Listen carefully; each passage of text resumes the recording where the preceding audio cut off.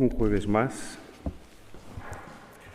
aquí junto al Señor. Os invito a hacernos esta pregunta, la de ¿quién soy yo para Dios?, que de alguna manera pues coincide con la pregunta de quiénes somos para Dios. Entiendo que en el mundo actual y más, pues aquí en San Telmo, Escuela de Alta Dirección de Empresa, donde se aprende a trabajar, a producir, a vender. La opinión de los demás, pues tiene importancia, pero nada comparable, en absoluto comparable a la importancia que tiene lo que Dios opine de nosotros, que además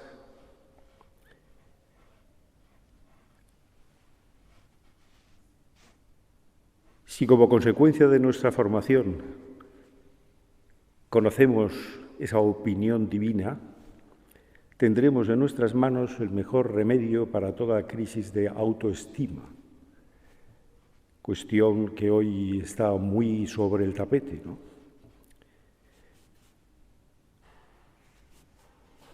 Porque ¿qué opina Dios? ¿Qué piensa Dios? La respuesta cristiana es una maravilla. Para Dios somos únicos, irrepetibles. Y además, y así nos lo ha enseñado mediante la revelación, nos quiere a cada una, a cada uno, como si fuéramos el único.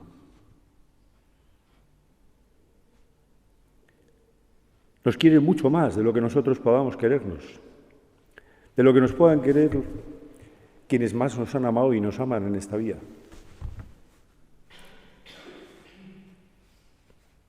Como decía San Agustín, es más íntimo a nosotros que nosotros mismos. Y desde ahí nos ama, nos quiere.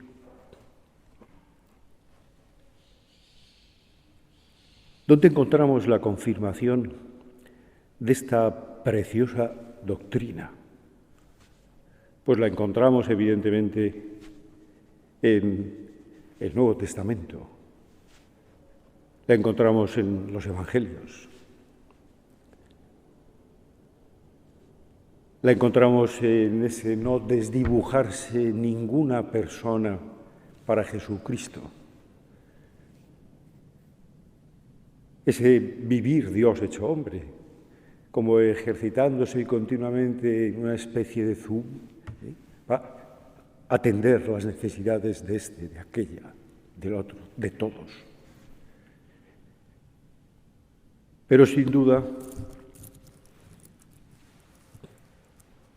hay una secuencia en el Evangelio que es una preciosidad, en la que nos damos cuenta de quiénes somos para Dios, pues de una manera especialmente clara.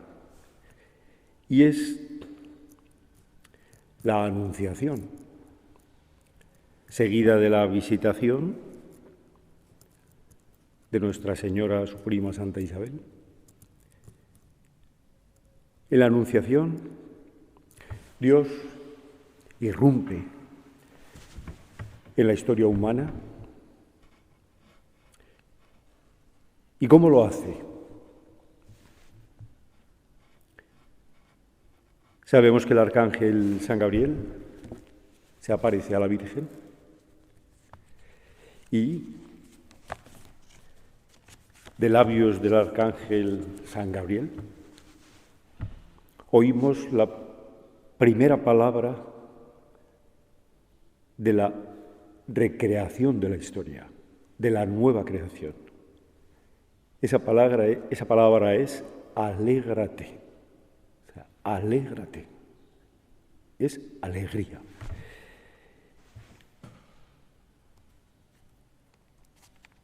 Y a continuación, el mensaje divino.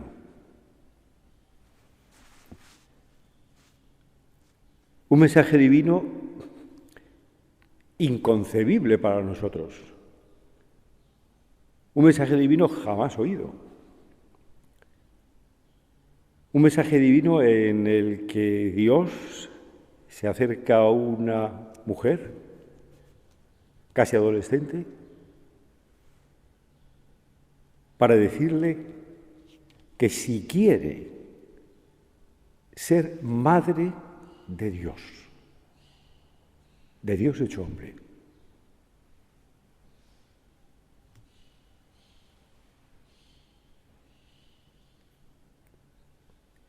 Dios uno y trino,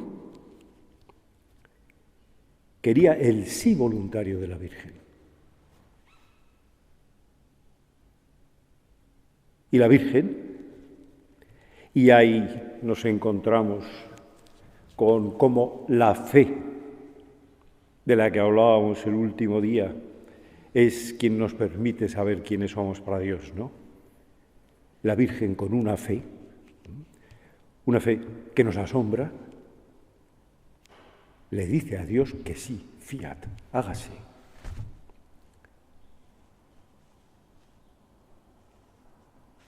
Y en sus entrañas virginales nace Jesucristo, germina Jesucristo.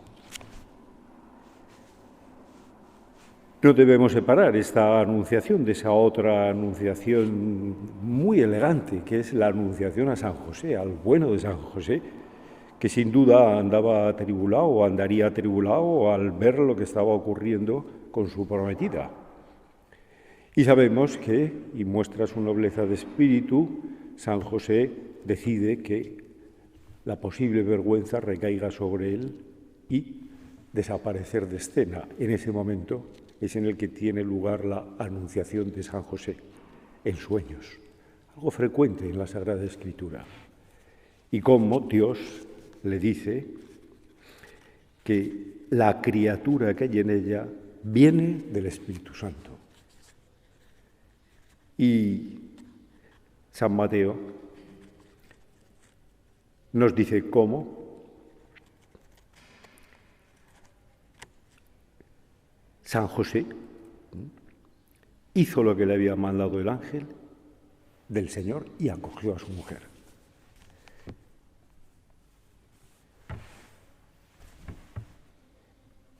En esa anunciación, en estas, si quieres, anunciaciones, el Señor nos está diciendo que no le somos indiferentes,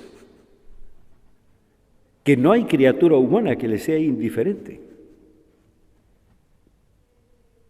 Podríamos ser indiferentes para Dios, porque Dios es Dios y nosotros somos criaturas, por más que nos empeñemos en ser Dios por caminos que conducen a ninguna parte.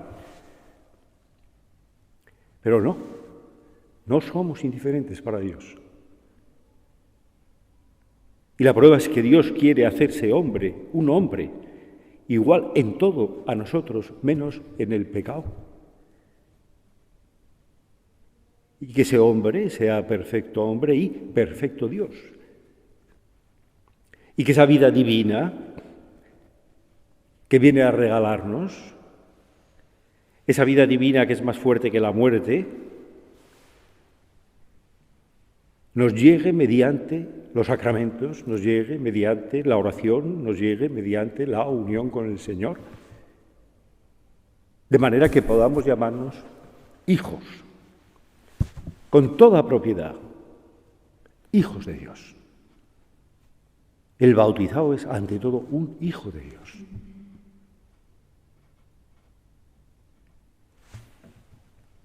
Si el padre y la madre más desnaturalizados de la tierra, que no es lo frecuente, no contemplan con ojos de indiferencia a sus criaturas, las quieren, de un modo u otro.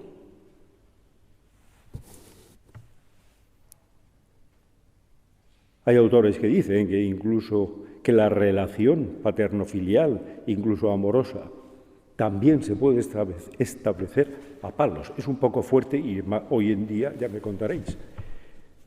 Pero si cualquier padre y cualquier madre normales, primero sueñan con ese hijo, con esa hija, y en ese soñar ya aparece un proyecto. Y un proyecto que está lleno de cariño.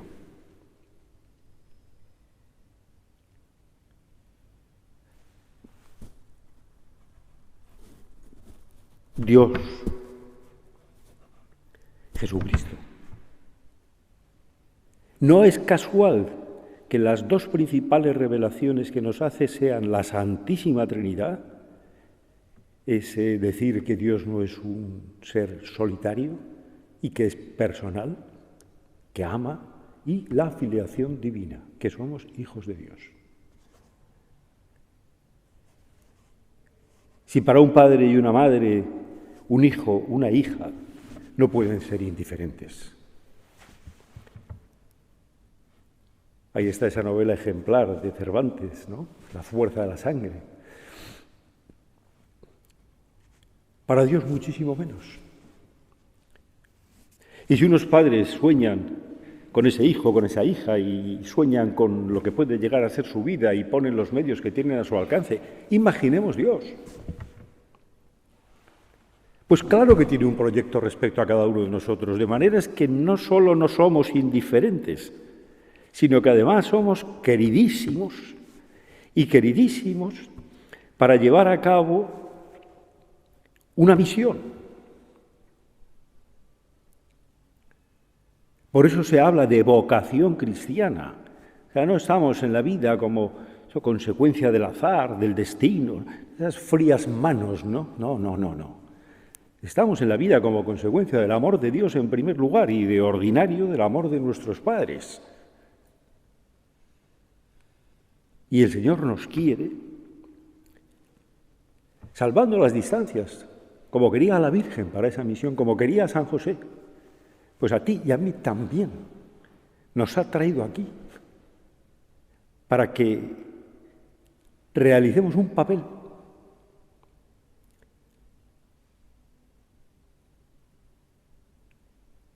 Y lo importante, lo verdaderamente importante, para Dios y para nosotros, es realizar bien ese papel.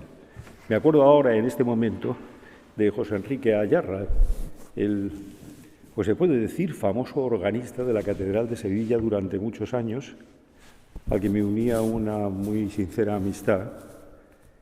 Y un día, pues ya en los últimos meses de su vida, hablando en la catedral y hablando precisamente de cómo pues, los años, las primaveras van pasando y llega un momento que la vida ya tiene que continuar de otro modo, pues él evocó un recuerdo del seminario de Vitoria, donde él se encontraba ya haciendo estudios de música y era niño prodigio en la música. A los 11 años ya, pues sustituyó al organista de la Catedral de Jaca en unos días. Pues en ese seminario había un gran, según me contaba, pues un gran salón de actos, y allí se representó la vida de sueño. Y se representó la vida de sueño, pero con, digamos, el salón de actos repleto de público, y además no solo de público de Vitoria, sino de otros lugares, etc. Y me dice, al final de la representación, ¿sabes a quién aplaudieron más? Pero a rabiar. Digo, no, evidente. Al pobre, al que hizo el papel de pobre. Y añadió, ¿y por qué le aplaudieron? Porque era el pobre. Dice, en absoluto, por lo bien que realizó su papel. Y él decía de sí mismo, esto es lo que yo he procurado y lo que ahora deseo de manera especial. Claro que existe un proyecto divino, personal y transferible. Claro que no estamos en las manos, en los brazos de la casualidad, eso del azar. ¿Cómo conocer ese proyecto, esa vocación? ¿Por dónde discurre esa llamada a la santidad? Pues yo os diría que con honradez. En primer lugar, queriendo jugar limpio, queriendo oír la voz de nuestra conciencia.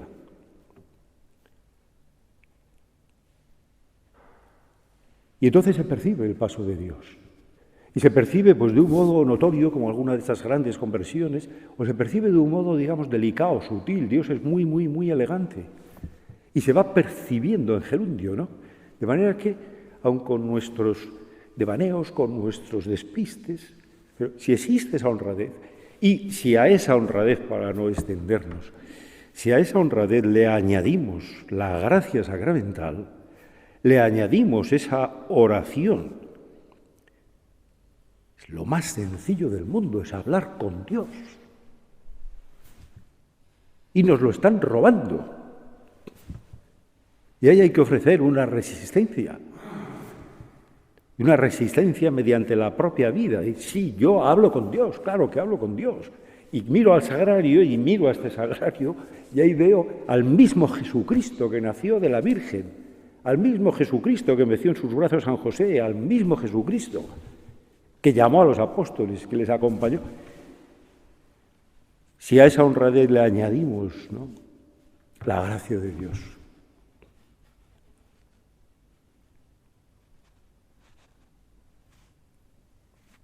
respondemos a ese proyecto de Dios.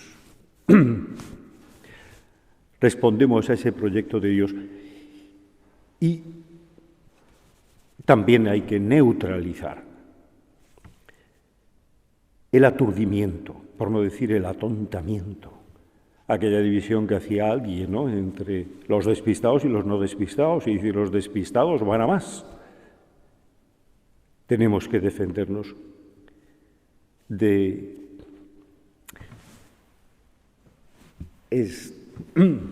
un filósofo francés, no sé si ya lo he mencionado, de tanto mosquito. O sea, no tenemos masa sanguínea para tanto mosquito, para tanto estímulo.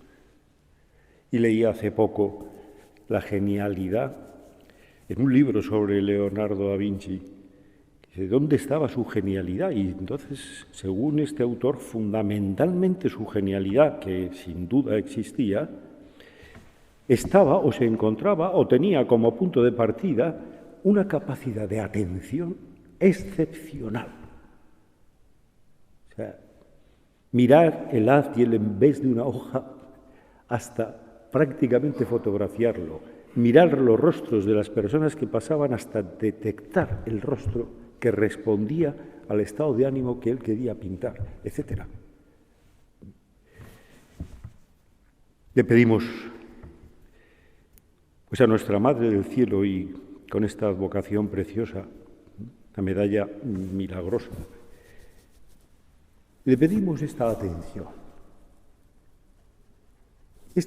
y la pedimos para nosotros y la pedimos para todas las personas que queremos, porque entonces los cielos y la tierra terminan hablándonos de Dios, de nuestro Padre Dios.